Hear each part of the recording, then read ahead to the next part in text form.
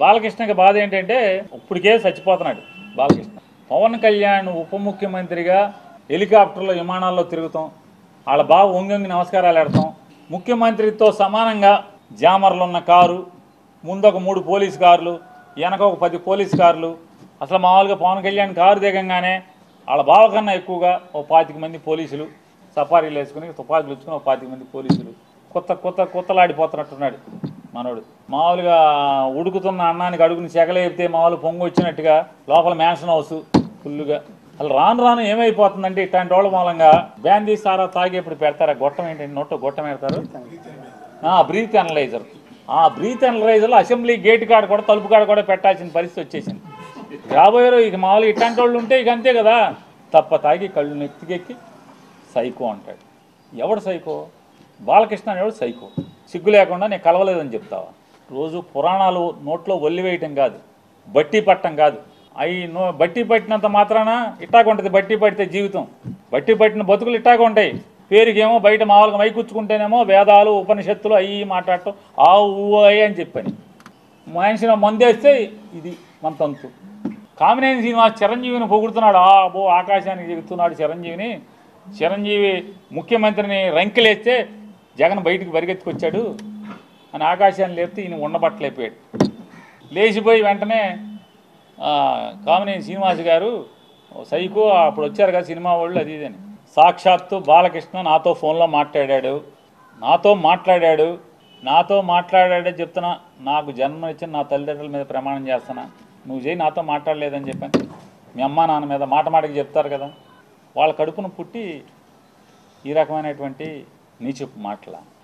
ఎవడో వీడియో తీసి ఫోన్లో తీసేశాడు, బయట పెట్టేశాడంటే అర్థం ఉంది. అసెంబ్లీలో మాట్లాడతా నన్ను అడిగావు బాలకృష్ణ, నన్ను అడిగావు ఫోన్ చేసి జగన్మోహన్ రెడ్డి గారితో అపాయింట్మెంట్ ఇచ్చు నేను వచ్చి కలుస్తానని చెప్పాను అఖండ సినిమా కోసం. జగన్మోహన్ రెడ్డి గారు ఎట్టా ప్రవర్తించాడు? నేను వెళ్ళి అడిగితే సార్ బాలకృష్ణ ఫోన్ చేశాడు సార్, వస్తాడంటే మిమ్మల్ని కలుస్తా అంటే కొద్దిగా అపాయింట్మెంట్ ఇవ్వండి అని అడిగాను. ఏ బాలకృష్ణ? చంద్రబాబు నాయుడు బామ్మర్ది. అవునండి ఆయన బామ్మర్ది. మన దగ్గరికి ఎందుకు, ఏంటి పని ఏంటి అంటాను. అఖండ సినిమాకి లీనియంట్గా ఉండాలంట. వాళ్ళు బ్లాక్లో అమ్ముకుంటారు టికెట్లు, ఎక్కువ షోలు వేసుకుంటారు, బాగా సినిమాకి ఎక్కువ ఖర్చు అయిందంట. మామూలుగా బడ్జెట్ 45 కోట్లు ఎంతో అనుకుంటే అది ఆ డైరెక్టర్ వల్ల అంటే ఎక్కువగా అమ్మారని చెప్పని రేట్లు ఎక్కువగా అమ్మారంట. ఎక్కువగా అమ్మటం వల్ల దాన్ని 70 కోట్లకి తీశారంట. కాబట్టి అమ్మపోతే సినిమా బాగా తీసాం, బాగా వచ్చింది, మంచి సినిమా తీశాను, సరే ఏదో మాట్లాడే సరే వాళ్ళకి ఏమైనా సాయం కావాలంటే చేసి పెట్టని చెప్పారు.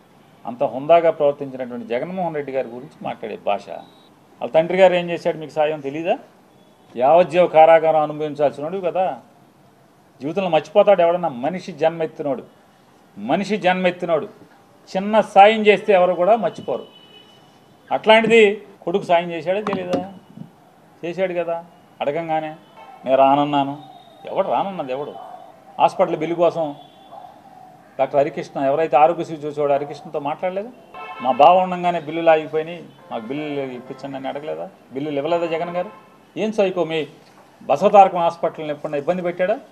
మీరు అమరావతిలో జగన్మోహన్ రెడ్డి గారికి ముందు అంటే మీ బావ గవర్నమెంట్లో బసవతారకం హాస్పిటల్ క్యాన్సర్ హాస్పిటల్కి మీరు స్థలం తీసుకుని జగన్ వచ్చాడని చెప్పి కట్టకుండా మీరు హాస్పిటల్ ఆపేసి ఇప్పుడు కొత్తగా శంకుస్థాపన చేస్తారు మీరు.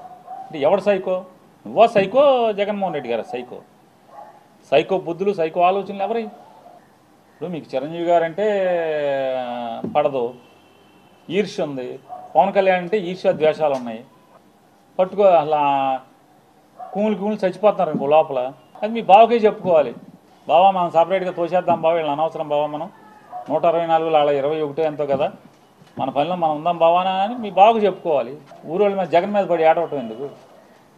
నిజంగానే ఈ కామినేని శ్రీనివాసు ఇట్లాంటి అవాకులు చవాకులు తప్పుడు మాటలు చిరంజీవి గారికి విలువిచ్చి మర్యాద ఇచ్చి సొంత అన్నలాగా ఆయన్ని ఆత్మ అభిమానంతో చూసుకుంటే చివరికి పవన్ కళ్యాణ్ ఇట్లాంటి చాలామంది ఇట్లాంటి తప్పుడు మాటలు మాట్లాడి ఎన్ని నిందలు మోసాం ఈరోజు దాకా కూడా. ఒక 3-4 సంవత్సరాలుగా ఎన్ని నిందలు మోస్తూ వస్తున్నాం. నిజంగా చిరంజీవి గారు ఇవాళ రాసినటువంటి ఉత్తరమే పవన్ కళ్యాణ్ వాగినప్పుడే రాసి ఉంటే కనుక అతను నోరు మూతపడేది, జగన్ గారి మీద కూడా ఎంత విషం చిమ్మేటువంటి పరిస్థితులు ఉండేవి కాదు.